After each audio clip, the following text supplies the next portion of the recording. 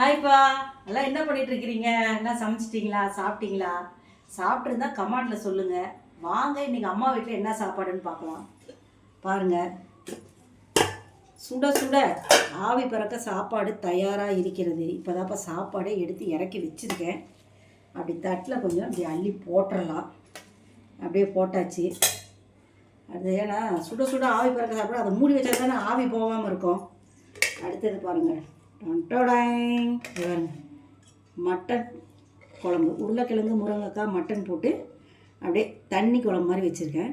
இதை தூக்கி இது மேலே இப்படி ஊற்றிடலாமா பவித்ரா? ஊற்றுங்க.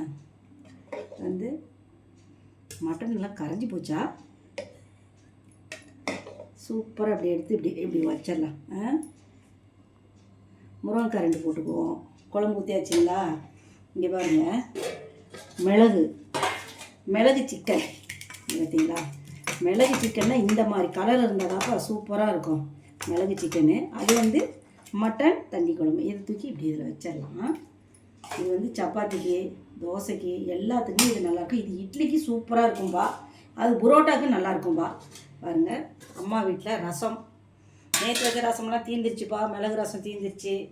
இங்கே பாருங்கள், இன்றைக்கி நேற்று தயிர் போட்டு வச்சுருக்கு. பாருங்கள், எப்படி தயிர் சுவை வச்சுருக்கோமா? இதெல்லாம் ஊற்றி சாப்பிட்டா வயிறு ஃபுல்லாக ஆகிடுங்க.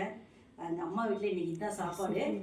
உங்கள் வீட்டில் என்ன சாப்பாடுங்கிறத கமெண்டில் சொல்லுங்கள். இது ரெசிபி எடுத்துருக்கீங்களா? ரெசிபி எடுத்துருக்கேன்ப்பா. மட்டன் குழம்பு ரெசிபி எடுத்திருக்கேன். சிக்கன் குழம்பு, சிக்கன் பெப்பர் ரெசிபி எடுத்துருக்கப்பா. அதை வந்து நான் வீடியோவில் அப்லோட் பண்ணுறேன். நீங்கள் அந்த மாதிரி போட்டு பார்த்துட்டு என்ன எப்படி இருக்குது செய்முறை செஞ்சுட்டு நல்லாயிருக்கா என்னங்கிறத எங்களுக்கு கமெண்டில் சொல்லுங்கப்பா.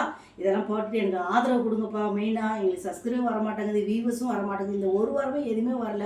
எனக்கு வீடியோ போடவே இன்ட்ரெஸ்டே இல்லை. ஏன்னா நம்ம இவ்வளோ கஷ்டப்பட்டு செஞ்சு நம்ம போட்டு எதுவுமே வர்றாங்க போது ஏன் நம்ம போகணுன்னு நினைக்கிறேன். இருந்தாலும் நம்ம உறவுகள் வந்து நமக்கு ஆதரவு கொடுக்குறாங்க.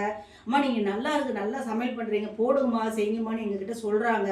அதனால் என்னோட மகன், மருமகள், பேத்தி, பேரன் மாதிரி நாங்கள் நினச்சிட்டு எல்லாத்துக்காக நாங்கள் செஞ்சு செய்முறையிலேருந்து எல்லாம் போடுறோம்.